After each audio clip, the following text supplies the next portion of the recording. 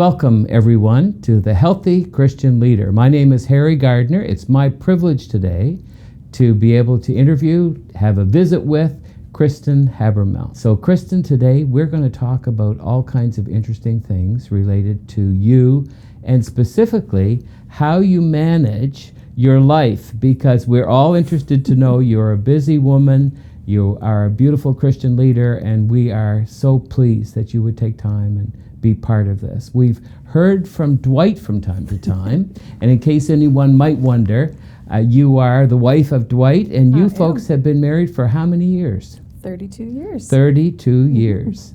And I think it would be helpful for everyone to get a sense of just who you are, because I think I know a little bit about who you are, but these days you are not only a wife, you're a mother, you are also a professional person. You're involved in accessibility work. I'd like to hear you talk a little bit about what that means. I know you're engaged in your local church. You've been right there alongside Dwight with Ministries. Your role as a mom, you've been recently in the last year or so, maybe a couple now, you're a grandma. So tell us just a little bit. I mean, I've tried to capture a bit of it. You did a great job. I don't feel like I need to say much. Well, I think if we're going to talk about the fact that, you know, roles, responsibilities, and balance with work and all those other words, just in your own words, Absolutely. What's life like for you? Well, life is wonderful. I Good. will start with that. And I feel very thankful to be Dwight's wife. Yes. And that has been 32 years. And we are very blessed with 5 kids who Yes. are all currently living within Nova Scotia, which is a gift That in is itself. a great blessing, because, for as you sure. know, they have had Yes. some exciting travels.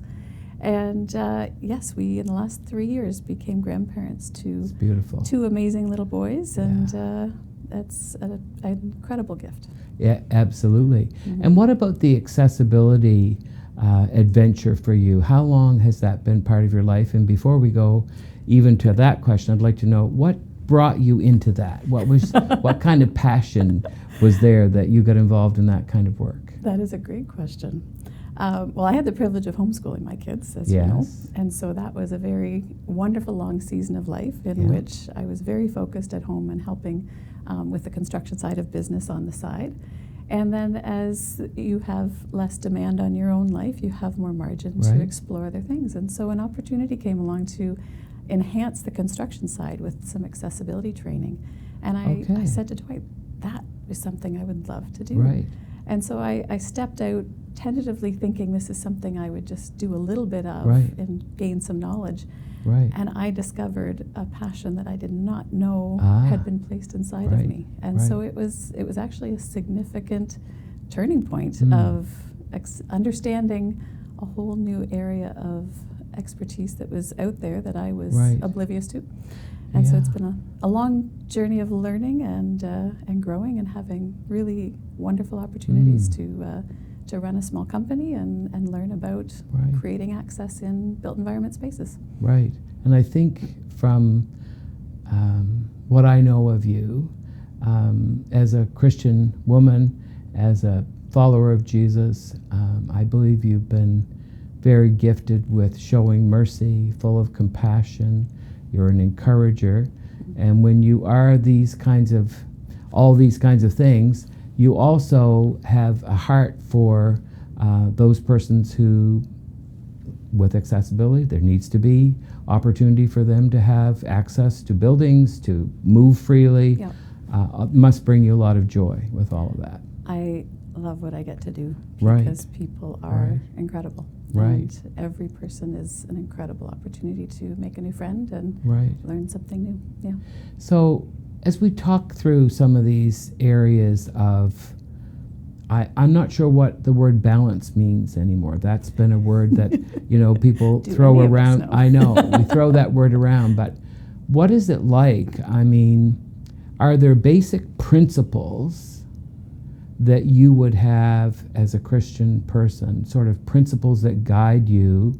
When I think about all these different roles, or we sometimes talk about the hats we wear, but in all these things, what are some of the principles that are underlying in terms of how you accept responsibility, or you begin to put your life together, all those pieces? Are there certain things that kind of are there underneath it all? Definitely. I think the most important one that Dwight and I have held fast to from the beginning is we filter it through family. Okay. What is healthy for our family? Right. What can we say yes to and not compromise the value of guarding our home and keeping it a place that we can all come home at the end of a workday and still have peace and rest, that we have margin for those that need it, and so we're not draining ourselves completely dry so that we have nothing left to give. And as you said, that's a hard balance to find because there's a lot of things outside of our control on a day-to-day life. Yeah, for sure. So family, the commitment not only to Christ, but how that gets expressed in family, in marriage, with children, and all the rest of it. I think that's fantastic. So can you take us through a recent day or a week in your life? What does it look like?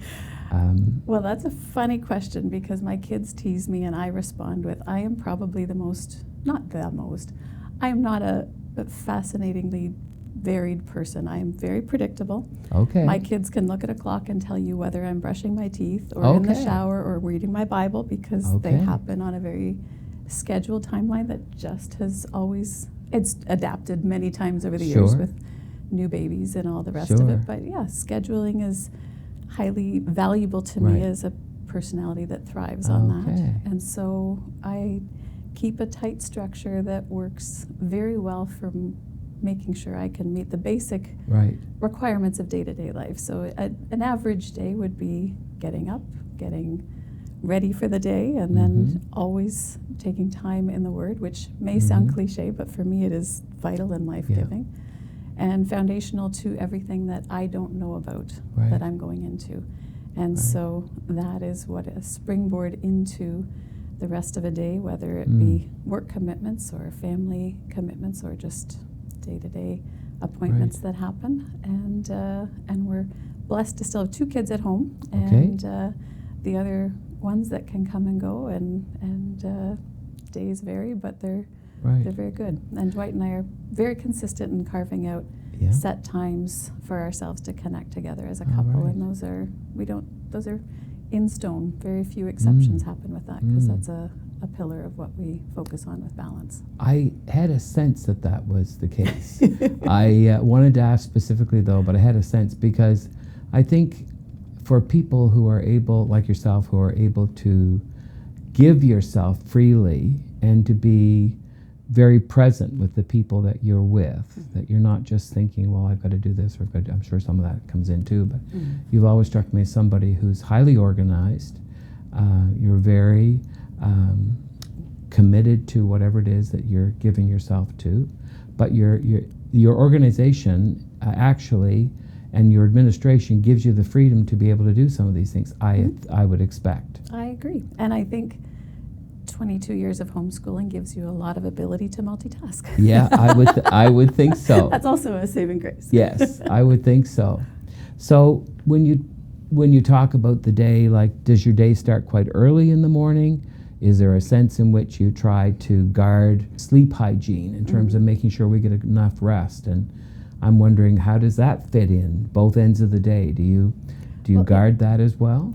We do. Actually, Dwight and I both guard that well. And it gets easier in a way as you get older because you're more tired. Yeah, that's true. I understand that. I used to be a night owl. I am not a night owl anymore. Very consistent in going to bed at a decent time and getting up at the same time. Good. And no, I think it is a key part of all aspects of health and a daily It's interesting balance. because I think that's a whole area that we could spend other time on another time, but the taking care of ourselves, the stewardship of our lives, our physical life, not just our spiritual life, these things all come into it. But I had no idea until recently. I've been reading around sleep hygiene and the wonderful things that God does in our bodies as we give ourselves over to rest. And so if you're going to... And there's many seasons of life that you can't sleep. You know it's important. Right. I think of all the seasons with new babies and toddlers that were teething and kids that were sick. And I remember thinking, people keep saying 8 hours. I can't even get in base hours. But I think God gives you a grace over those seasons But in So the how would you seasons- encourage somebody who's listening right now, who's thinking, okay, what does she have to say to me at this season of my life? You mean if they're in If a they're young in- child yeah, season? yeah, That it feels like it will last forever, but it Yeah. won't.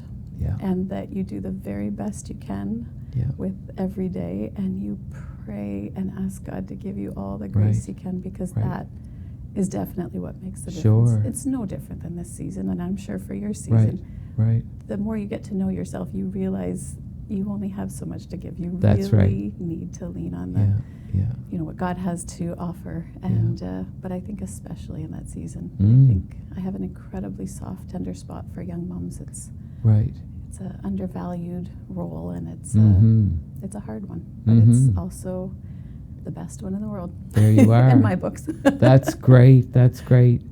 In terms of just that, have you had any sense lately or over the last number of months of any major themes that have been coming to your mind, or that's been coming maybe through your devotional reading, or how is God speaking to you at this time with respect to just the stewardship of all these things? Or maybe not. I'm just wondering, has there been anything that have sort of stood out to you in terms of just some major themes or undercurrents of that, something to pay attention to these days? No, that's a good question, because in the early years I remember people saying you need to take care of yourself, and I remember just thinking, you know, I'm trying, but I don't know how. Right. And I think, you know, entering into a new season, a new decade this past year, I've become more mindful of, I do have more capacity to be take a bit of time to take care of myself, that I didn't have that margin of time before. Right.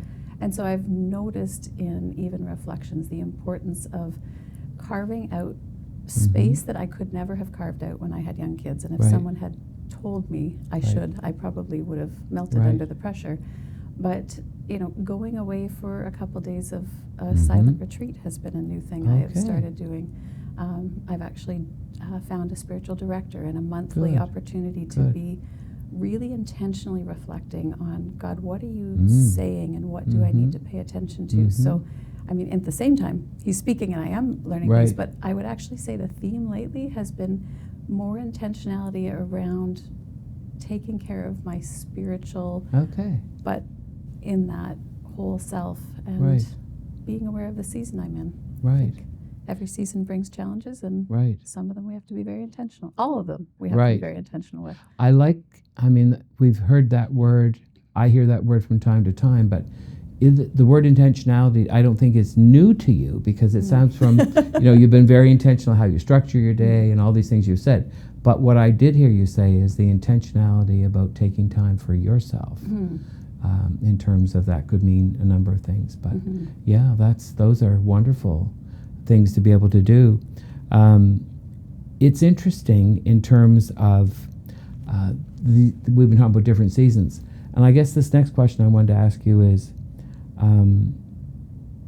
you mentioned about a new decade, or there have been things, we're talking about young parenting and all that, but have there been times, and this I think about how you could encourage somebody listening in, is when you know there's a change that needs to happen. It might not even be a negative thing, could be a sort of positive thing, but has there been a time when you've recognized there's needing to be a change in the way maybe you've even managed some of these responsibilities?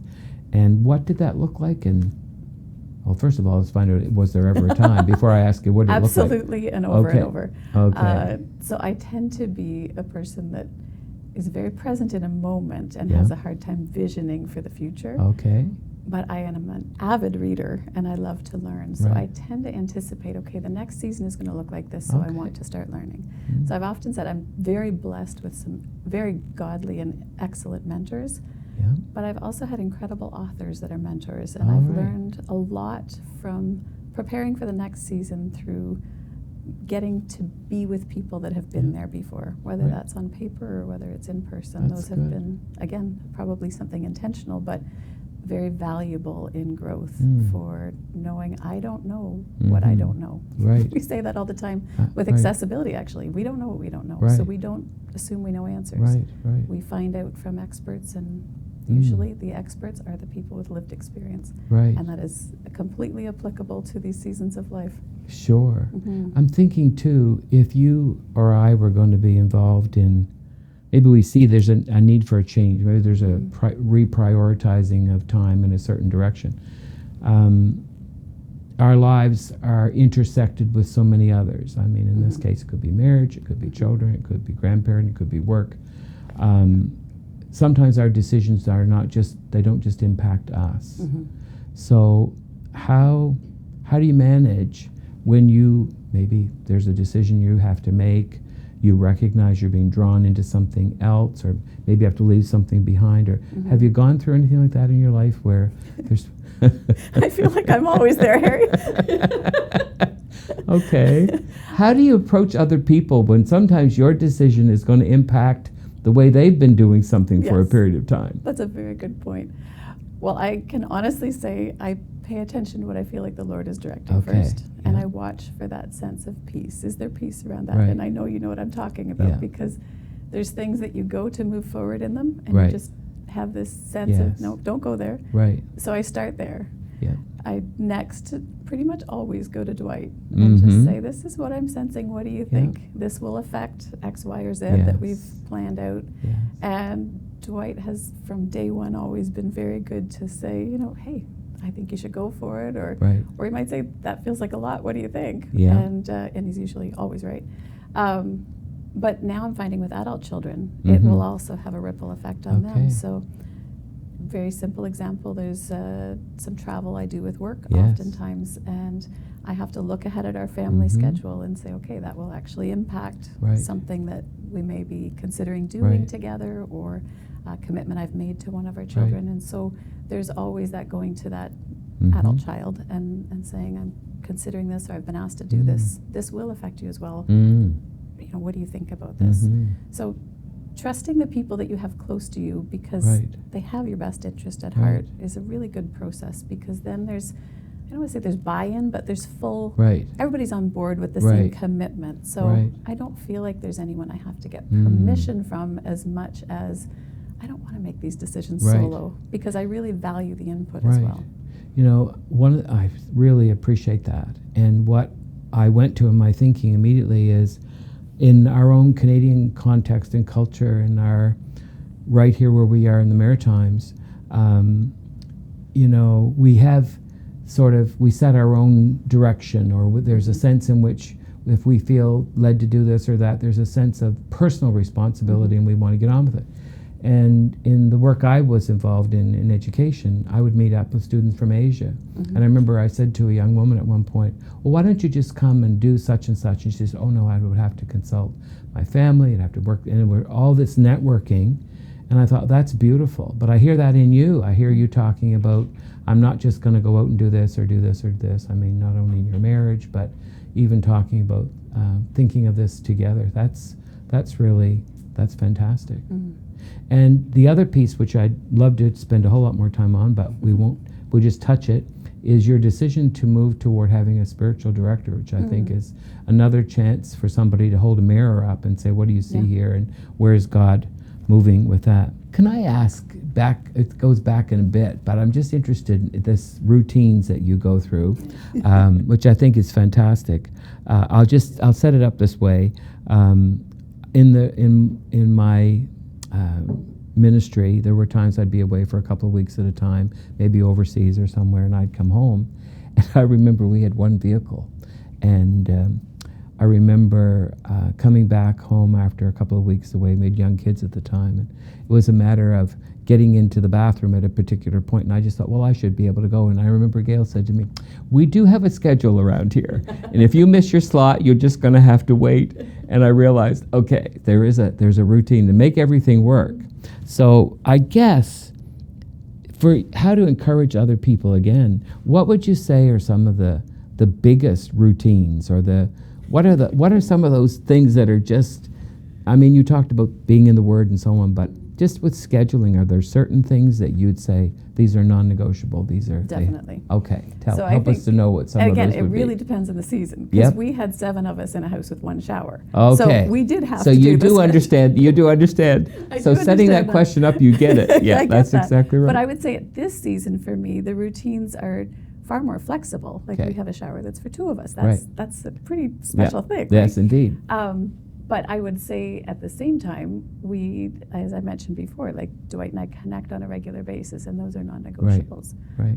We have always done supper at Yeah. a dining table. We don't turn on Okay. a television. We don't turn on media. Okay. The kids know what time we eat, and Yeah. we'll have people that come and go, ebb Yeah. and flow. Mhm. It's crazy how fast we've gotten to this season, but it's often just Dwight and I sitting at the Yes. table and nobody else. Right. But we're still eating a meal at the same Yes. time at the same place. Right. We light candles for supper because we just do Beautiful. that. We try Yeah. to say this is a special place. Yes. And I think that's probably one of the spaces that I Wow. think has held us fast for 32 Wow. years. Yeah. Wow, that's an amazing example of It's a simple prioritizing. one, It is, but and it everybody holds listening fast, could do right? that. Yeah. They could do that. Yeah. Making sure that you take time to spend time together, and and in your family dynamic, that time of day worked the best. Mhm. And we found a similar situation Yeah. through those years, and sitting down together at the table, Mhm. not grabbing something at the counter, but actually. But I know for a lot of people, busy lives, people both working, going shift work, whatever, that's not always possible. But the principle is to make sure there's a time, I think, through that Mhm. day when you are together. Yeah. Wow. When life is full, and there are times when it seems like your cup's running over with just many responsibilities, Mhm. what's helping you to maintain that sense of peace even when you're pressed beyond, or you go through, maybe there's time of illness, or there's been extra work that's on, or there's a lot of responsibilities, or things aren't going well here or there. Mhm. When all that's pressing in, how do you maintain your sense of peace? It's a good question. Mm. Peace definitely is a gift from God. So Yeah. it's not something, I think I can cultivate it, but I definitely can't manufacture it. So it is an intentional, sometimes moment by moment, not just day by Okay. day, but it's being aware of being a bit of a creature of habit. I block off my week each week, Yeah. and I write it out. And I try to be Mhm. mindful of pinch points or places where I know it's Okay. going to be a too much. And so Mhm. in doing so, it allows me to plan ahead or ask others to become more involved. I have to Mhm. say, we have incredible adult kids. They will say, hey, I can see that you've got something going on. Do you want me Right. to pick up so-and-so? Can I just stop or- you for a second? Mhm. When you say you write it down, what does that look like? Is there It's a so family boring. calendar or something? Like Harry, I am a paper and pen person. That's all right. Still, so I do keep I a digital understand paper calendar. and pen. I very much. But I literally have my little whiteboard Okay. on the fridge because everybody comes and goes out of the Sure. kitchen and they all know what's going Right. on when it's there. So Right. funny enough, sometimes they'll say, oh, that's happening. I want to be there. Right. We also have another child that will say, that's happening. I'm going to make sure I'm not here. Right. Exactly. Exactly. But it gives everybody the opportunity to know what's going Yeah. on. Yeah. And it gives me the opportunity to look out at each week. And honestly, again, that's a shared responsibility as a couple. Right. Dwight is Right. amazing Yeah. with saying, if I say I can tell this week, sometimes I'm report writing and Yeah. I can get into Mhm. 12, 14, Mhm. 16-hour days where I'm just like, I've Right. got to put my head down, I've got to get this Yes. done. Right. And I'll just say, we're going to be leftovers Right. for supper, or Yeah. I won't be. And it's Yeah. there's a flexibility and a give and take Yeah, there that I that's think good. is all about communication and Right. planning. But the transparency that's there in terms of the family, they know what's going on. Mhm. But that takes work. That takes some effort to put that there. Yeah. But I think the payoff is very positive. Yes. In terms of the whole situation. Yeah. Something I haven't asked you is the role of friendship. Mm. Like we talked about spiritual friendship, or we Mhm. talked about a spiritual director, but can you incorporate just times with friends that are able to help with all this, or hold account? Sometimes a family can see for a point, but what about others in terms of? I have some very precious friends that Yes. have been close to lifelong friends that I'm Yes. very thankful for. And it's not a regular connection. Right. It is actually by text. I have someone Yes. 2 people I share each morning with reflections that come out of Scripture. But it's also a regular connection might look like every 2 to 3 months. Yeah. But it's a checkpoint that I know I can say anything. Yes. I can say, hey, I'm really struggling with, Yes. Forgiving someone, or Yes. can you help me think through this? This Yes. is what it's been like. And it's a give and take, so it's a good exchange. But Right. yeah, friendships are absolutely foundational. Right. And I would say at this stage too, one of the things Dwight and I have found is our kids, we're moving into that beautiful place that you cannot imagine when you have young ones. Right. But that's evolving with our adult children. Right. And there is an incredible connection Yes. in getting one-on-one time and sharing moments with them as well. And Right. nobody knows you better than your kids. Right. So Right. they will call you on your stuff. Right. And I love Absolutely. that. I Yes. have learned a lot from them. Yeah, well, I'm in that zone. My wife, Gail and I are in that zone, and it's interesting because kids can hold a mirror to us that some other people can't always hold. It's true. And but if we've invited them in all along the way, and we've done the same, I think that we have to be open to what they have to say to us at certain points too. But I did want to ask you about friendship, because I know that that you are a person who would be a very good friend, and I'm sure you have people who are good friends with you too. I do. As I wrap this up, I'm just thinking, is there anything that, I know that this is a short visit around these major themes, but would there be any word of encouragement that you might give to someone today in terms of someone who might be feeling a bit overwhelmed in terms of, the pieces are all there, but how do you bring it together? I would say, first of all, be okay with being overwhelmed. It's Okay. normal and it's natural. Yeah. But there's somebody that can help you put some order to things. Yeah. And as you get to know yourself better, you find out what your weaknesses are. And I think finding that person that complements your gifts and skills has been where I have grown. But yeah, I have a precious friend who has trained me in, Kristen, you have to learn to be okay with things not being okay. Wow. And in that, I have learned to lean harder on God and less on myself. And I would say that would be the piece I would leave. Yeah. Actually, I love that. Our daughter said to me, we have to accept that in the space where there are no answers, God's still at work. That's beautiful. Thank you for joining us today, and we look forward to seeing you the next time on The Healthy Christian Leader. Well, thanks for joining this conversation. I trust that you were encouraged and challenged by the stories and experiences that were shared today. Would you join us next week?